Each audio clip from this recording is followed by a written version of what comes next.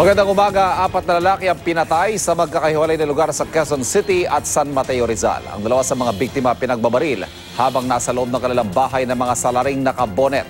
Narito ang unang balita ni Jay Sabad. Nakadapa sa kanyang tulugan at nasa loob pa ng kulambo ang lalaking ito na pinagbabaril sa loob ng kanyang bahay sa Gumamela Extension, Barangay Payatas A sa Quezon City pasado alas 11 kagabi. Sa papag naman bumulagta ang isa pang kasama niya sa bahay. Ayon sa isang residente, 3 hanggang 4 na lalaking nakabonet ang pumasok sa bahay. Nakahiga na po kami, tapos nakaidlip lang po ako ilang minuto, tapos may narinig po ako na dapa, 2 beses po. Tapos nung sabing dapa, parang may umungol na parang gumanon.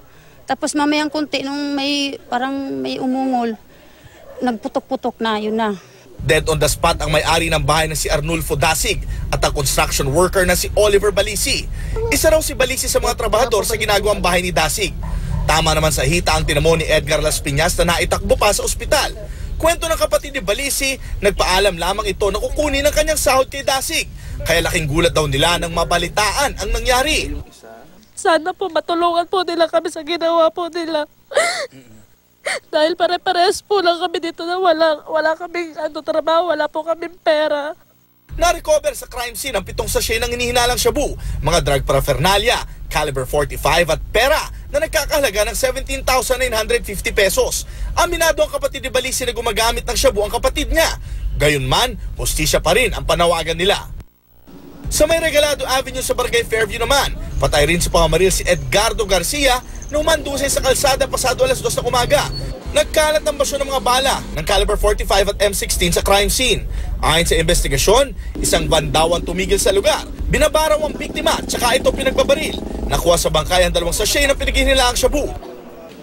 Isang bangkay naman ang di pa nakikilalang lalaki ang natagpuan sa may tulay ng Batasan San Mateo Road, Barangay Banaba, San Mateo, Rizal, mag-aalas 2 madaling araw. Kwento ng mga taga-barangay. Malinis pa to, wala pang After mga 5 minutes, may nagsabi na may binaril na ito, may pumutok at may putukan na pinunta namin.